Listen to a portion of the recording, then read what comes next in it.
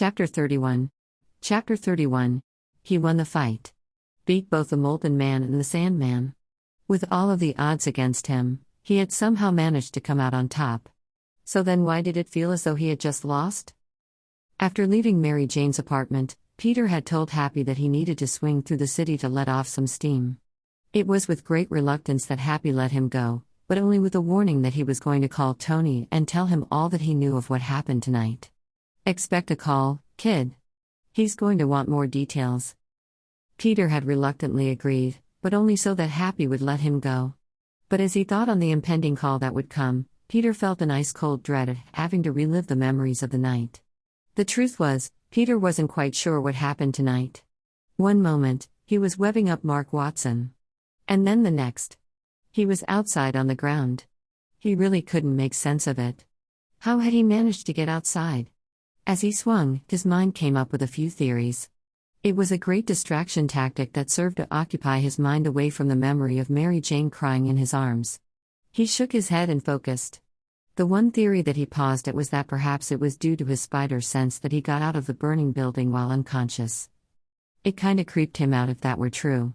Picturing his slumbering body moving on its own accord without his mind being aware. He shivered. The other theory that he had was that perhaps it was his suit. Kinda like how the parachute burst open when he got too high in the air fighting the vulture, was his escape from the fire a defense mechanism in the suit? He'd have to ask Tony about that. When he got to his apartment, he stuck the landing onto the side of the building and opened the window to his bedroom. He crawled in and pulled off his burnt mask. It smelled like soot and smoke. He laid it on his desk to look at later for repair and took off his suit. He was about to go and take a shower when something out of the corner of his eye caught his attention. He turned toward his bed, confused to see the notebook of his Spider-Man notes sitting on top of his bed rather than underneath the mattress where he normally kept it. He stepped forward to pick it up, frowning down at it. Was May going through his things? He set the notebook down for a second and shrugged on the nearest t-shirt that he could find before picking it up again. He went for his bedroom door, still looking down at the notebook, puzzled. "Hey May?" Peter asked as he walked out of the bedroom and into the hall. "Do you know why, May?" In the far corner of the living room, his Aunt May sat huddled in a corner tied up tight by a long rope. Her mouth was gagged and taped shut. She had tears in her eyes as she looked up at him desperately. Throwing his notebook to the floor, Peter ran to her, his hands hovering over her mouth. "Oh God, May," Peter exclaimed, pain laced through his voice. "Sorry, this will probably hurt." As he said it, he tried to carefully extract the duct tape that was covering her mouth. She still winced as the adhesive pulled at her skin. As soon as he freed her mouth, she spit out the piece of cloth that had been forced into her mouth. "Who did this to you?" Peter asked as his hands worked at tearing apart the ropes that were wrapped around her torso and arms. In truth, it wasn't difficult to tear through the thickness of it with his bare hands in the quiet rage that he felt brewing underneath his skin. Who would dare do this to Aunt May? Peter was seething. His vision was red. He wanted to punch something. "A man," May said shakily as he finally freed her hands and started working on the bonds around her feet. He was in the apartment. He could change his form into sand. "Marco," Peter hissed. A part of him had been feeling a bit guilty at the consequences of turning the Sandman into glass, but now he had no such qualms. He was glad that the bastard was now a statue. May nodded as he finally freed her legs and he stood to help her onto her unsteady feet. "He was looking for you, Peter. Oh God. He said that he was going to kill you. I was sitting here this entire time thinking the worst, and I'm so glad you're alive." She clung to him then and he held her close as she sobbed into his chest, being a steady anchor to help keep her upright. "You don't have to worry, May," Peter said in a consoling voice as he rubbed her back in a soothing manner. "I beat him. He's not going to be bothering us again." She let out a shaky breath and nodded against his chest. "How did he even know to come here?" Peter paused, remembering the panic that he felt when Flint Marco had found him at the party. Calling him by real name. "He somehow found out my identity. I'm not sure how. I've been so careful since the vulture." May pulled back from his tight embrace and reached up to cup his cheek. "Maybe it's time to consider hanging up the webs for a while, Pete." Peter stared at her. He could see the fear brewing in her eyes. Fear for him. Of course, this wasn't about her being concerned about her own safety at all. She was too selfless and giving for that. So, it was with great hesitation that he replied, "I can't do that, May." She flinched slightly before continuing to push, "I'm not saying for forever, honey. Just until things start to die down a bit. Maybe you can pick it up again once you go to college? Or maybe even after that. We can even talk to Tony about some extra training for you." "I don't need training," Peter argued, with a bit of that teenage defiance poking its ugly head, "and I can't stop saving people, May. I just can't." Her gaze back was hard and imploring. "But why?" Peter sighed and closed his eyes. This was so painful for him to think about. It was only recently that he regained the memory of the actual truth regarding Uncle Ben's death. That it was his fault. That Peter could have done something to prevent it but actively chose to look the other way. He couldn't look the other way again. The risk of losing the life of another innocent when he could have saved them was too much to bear. "The day that Uncle Ben died, he told me something. Something important," Peter began softly before he slowly opened his eyes and stared deeply into hers. Tears started to well in her wide gaze at the mention of her dead husband. "At the time, I brushed him off. I was so stupid, May. It was one of the last times I talked to him and I pushed him away. I'm so ashamed." He choked off with a shuddering intake of breath. May reached forward and took both of his hands in hers, tears running steadily down her cheeks now. His own eyes burned as he turned his head away. He couldn't look her in the eye right now. It was too painful. He swallowed against the lump that formed in his throat and forced the words to pass his lips. May needed to hear this. She needed to understand why he needed to keep being Spider-Man. Even if it was painful for him to reveal this shameful secret to her. "One of the last things that he told me was, with great power, there must also come great responsibility. I was so angry at the time that I walked away. But then he died." And Peter cut off with a sob. "May, it was all my fault. I had my powers at the time. I could have stopped him." "Peter. What are you saying?" Another sob escaped him as he hung his head in shame. "The man that killed Uncle Ben earlier in the night, I could have stopped him. He robbed a convenience store right in front of me. I was mad at the worker because he was a bit of a jerk to me. I wanted some revenge. I thought that he deserved it. Plus, I figured that the store had insurance for this very reason. I looked the other way. And because of that Uncle Ben," tears were coming down hard from his eyes. He could barely breathe. What must she think of him? "Oh, Peter." Aunt May breathed. Before she reached forward and pulled him into a bone-crushing hug. He sobbed into her hair, clutching desperately at the shirt on her back. "Have you been holding in this guilt all this time?" He nodded against her, trying to calm his breathing. "Why don't you hate me right now? It's all my fault. If it weren't for me, Uncle Ben would be with us right now." Aunt May pulled away to look sternly into his eyes. "No," she said, her voice firm. "Your Uncle Ben's death is not your fault. How could you have known that was going to happen? The real person responsible is the man who shot him." "But, no," she said firmly once again, her voice bridging no argument. "I refuse to allow you to shoulder this guilt for a moment longer. Your Uncle Ben loved you. And I know that he wouldn't want you to live another moment blaming yourself for what happened to him." Peter looked down, but May put her fingers under his chin and forced him to look into her eyes again. He let out a shaky sigh and gave a small nod. May then closed her eyes and released a heavy breath. Then she opened them, her gaze softer now. "But I see what you're saying. Ben was always the wise one in our relationship while I was the free spirit. If he knew about your powers and all that you've done with them since then, he would be so proud of you." More tears escaped his eyes. They were the words he hadn't realized that he needed to hear. A lightness filled his chest that he hadn't felt for a long time, not since Uncle Ben's death. She wiped away his tears for him. "I am so proud of you." Peter pulled her in a tight embrace, where he held on tightly, like a drowning man clutching to a life preserver. It was hours later, at 1 a.m, where Peter still lay awake. His mind was bustling. Aunt May. Mary Jane. Harry. So much has happened to them tonight, and he wasn't able to prevent any of it. He kept overanalyzing every detail, trying to think about what different choices he could have made when his phone started to ring. He glanced over at where it was plugged in on his nightstand before he reached out to grab it. The name Tony flashed up on the screen at him. Peter sighed. Happy did warn him that the call was coming. He'd best get it over with now. He pressed the accept button and put the phone to his ear. Hello? I hear that congratulations are in order? Tony greeted. Peter could hear the wide grin in his voice. Also a level of pride. Peter relaxed slightly, even giving a small smile in reaction to it. Have he told you? Well, he left out all of the sordid details. Tony muttered, a curious lilt to his tone. Peter smirked. So you decided to call just so that you could get all of the juicy gossip like some sort of suburban, nosy neighbor?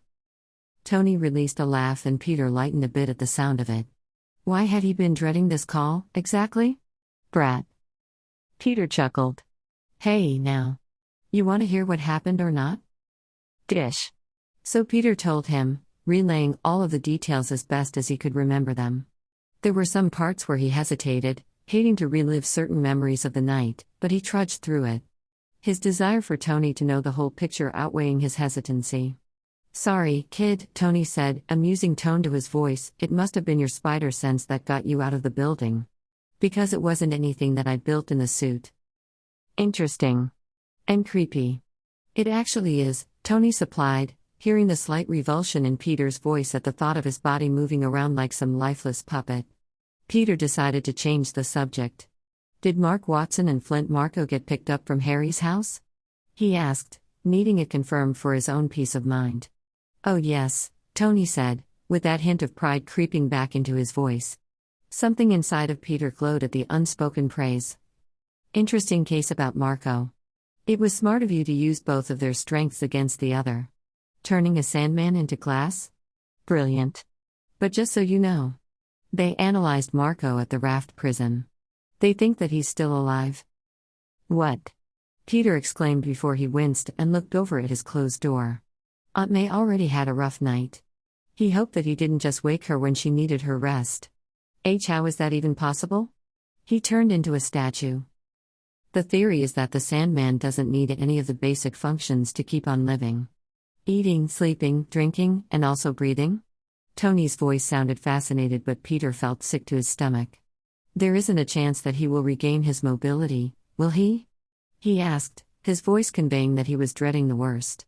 I don't think that will be something we'll have to worry about, Tony supplied, his voice reassuring. The scientists at the Raft are already looking into ways to turn him back to normal, and then I'll personally ensure that he will be locked away for life.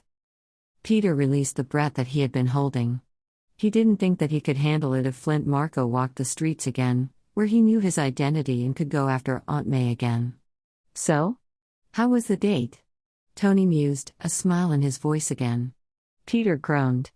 Happy told him about that too? Were no secrets in his life sacred? It wasn't a date, Peter protested, she was just helping me out with a bet. And besides, if it was a date, then I could safely say that it ended as a disaster. Do you really think that being a victim of smoke inhalation would get Mary Jane all hot and bothered for me? There was a chuckle in Tony's voice as he responded, well, in one way, yes. She did get all hot and bothered from the smoke. I'm hanging up now. Wait, I'm sorry. You just set yourself up for that one. Tony said, but his voice said that he wasn't sorry at all. Peter sighed and decided to redirect the topic once again. He didn't want to talk about Mary Jane right now. Any luck in China? He heard a long and heavy sigh in response that had Peter a bit worried for a moment. No luck yet. Just a bunch of the gang members, low tier, bottom of the totem pole types. But no sign of the real deal. I'm starting to think that the Mandarin is a myth they tell to keep the thugs in line. So will General Ross let you come home then? Peter asked, hope in his voice. He missed Tony. He helped it seem like all impossible situations were suddenly possible. Another heavy sigh met Peter's ears, and with it came bitter disappointment. No green light yet, kid. I almost wonder that Ross sent me to China just so that he could get a break from me for a bit. I tend to run him up a wall, you know. Peter chuckled. But being irritating is one of your most endearing qualities. See? Someone finally gets it, Tony laughed before a voice in the background distracted him and Peter could hear a muffled conversation between Tony and someone else from the other line. When Tony reappeared, he sighed again, I've got to go, kid. Congrats again on your victory. Make sure you go take that victory lap around the city and bask in it. You're a real hero. A lump grew in Peter's throat at the praise. Gee, thanks, Mr. Stark. Good luck with everything over there. Thanks, kid. Hope to be home soon. And with that, the line ended and Peter forced himself to fall into an uneasy sleep. The dots were slowly starting to connect in Mary Jane's mind. And with it, a lot of the shock that she felt was starting to melt away. She was currently sitting outside on the balcony in their temporary apartment. She had slept for a very long time. All of Friday night and most of the day on Saturday, not even opening her eyes until the evening hour was upon them. As soon as she had taken a shower, eaten, and used the bathroom, she ventured out here. To get away from her Aunt Anna's worried eyes, and also as an isolated place for her to think. The more that she reflected on the entirety of her history with Peter and Spider-Man, the more that things started clicking into place. For example, Spider-Man said that he used to wear glasses, and so did Peter. When Peter had told her that minor detail of his life, she had assumed that he now wore contact lenses or something, not that his eyesight had been genetically enhanced by a spider bite. But she could hardly blame herself for not making that leap. And then there was the comment that Mr. Hogan had made when he had been driving her home from the airport, about how he drove Spider-Man around in his true identity. And then, not even a week later, Peter reveals to her that he knows Mr. Hogan. She didn't even question why a simple intern would get to know Spider-Man's personal driver at the time. Wait. The Stark internship. How could she have just brushed off the fact that Tony Stark made a personal call to a lowly intern's apartment? Just to drop off a project that could have been couriered over to his address? She blushed at the reminder of what she had said to Mr. Stark that day, asking him to set up a meeting between her and Spider-Man. She remembered the look on Mr. Stark's face when she had asked. He was barely keeping in his laughter. Gosh, she was so embarrassed. In fact, the entire familiarity between Peter and Mr. Stark should have set off the alarm bells in her mind. Especially since she knew that Spider-Man and Mr. Stark had a very similar bond. Her mind shifted as she suddenly remembered the punch that Peter had set to her father's jaw on the day that he had been helping her to move. To think that she had once thought Peter to be weak and unassuming. And there he was, openly displaying his strength right in front of her. That also explained how Spider-Man even knew who her dad was when he had come across him breaking into her Aunt Anna's apartment. She hadn't thought to question that, either. Spider-Man hadn't ever met her dad before that instance, or even seen a picture of him. How would he have known that it was her dad after seeing him for the first time? Not to mention that Peter somehow already knew all of the details surrounding her father turning into the molten man without Mary Jane having to explain any of it to him. There were also little things too, like the fact that Spider-Man expressed an interest in science and Peter was a whiz at a science academy. And Spider-Man had jokingly said that if he were to ever rob a place, it would be a GameStop, while Peter loved playing video games with Ned and Harry. There was also the way that both Spider-Man and Peter spoke. The mannerisms in which they both talked animatedly with their hands. Both of their hugs felt the same too, strong, tight arms holding her close. To think that she just skimmed over her Aunt Anna's comments on how not long ago, Peter had been scrawny before her aunt had asked him if he had been working out.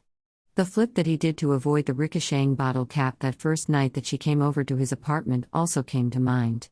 He had been so acrobatic until he toppled over to the floor. Had he realized his error then and deliberately fallen to the ground?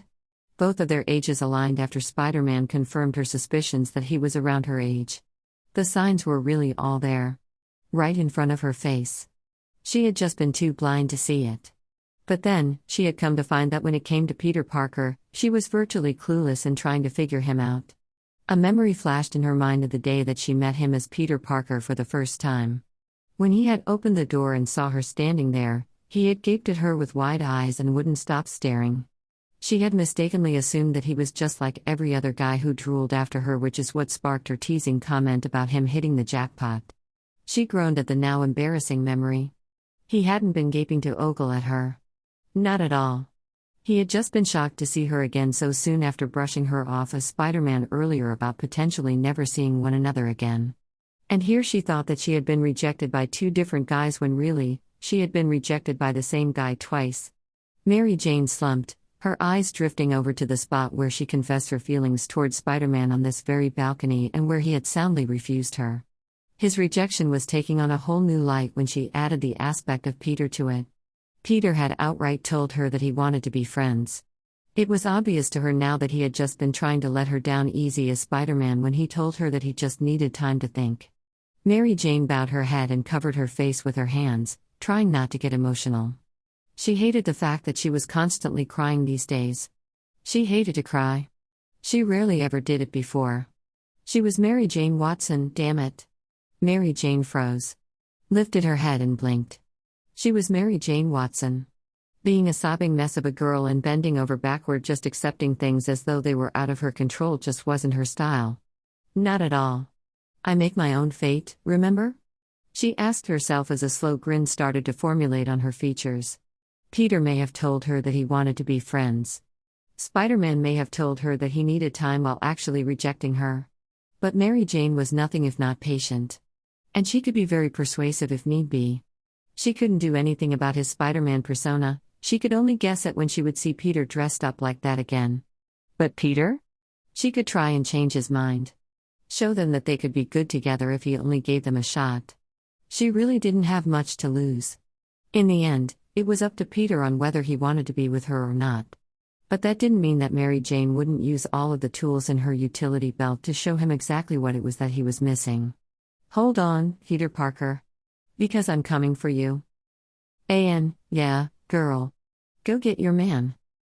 Please leave me a comment/review. Thanks so much for reading. Less than 3.